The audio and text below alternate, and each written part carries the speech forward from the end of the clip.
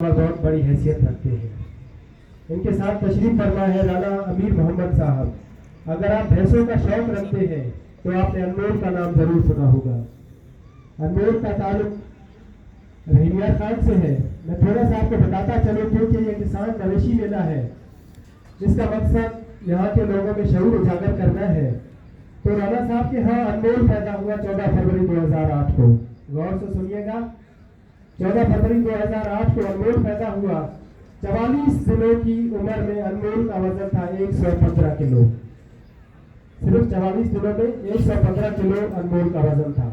आगे चलिए, 65 दिनों की उम्र में अनमोल का वजन हो गया 165 किलोग्राम। और फिर 1 साल की उम्र में अनमोल पूरे 13 मन का हो चुका है। आज अनमोल की उम्र 19 माह है और उसका वजन 19 मन है। मैं ये भी वाजे कर दूं कि अनमोल के लिए राणा साहब को 50 लाख के खतीर रकम की ऑफर हुई, लेकिन उन्होंने इसको फरोख्त करने से इनकार कर दिया।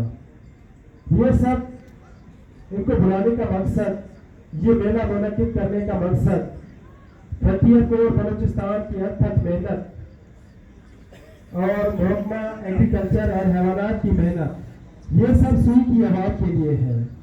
इनको फायदा पहुंचे, आप कच्ची कैनाल से फायदा उठाएं। कच्ची कैनाल पे जो काम चल रहा है वो किसी से ढकी छुपी नहीं।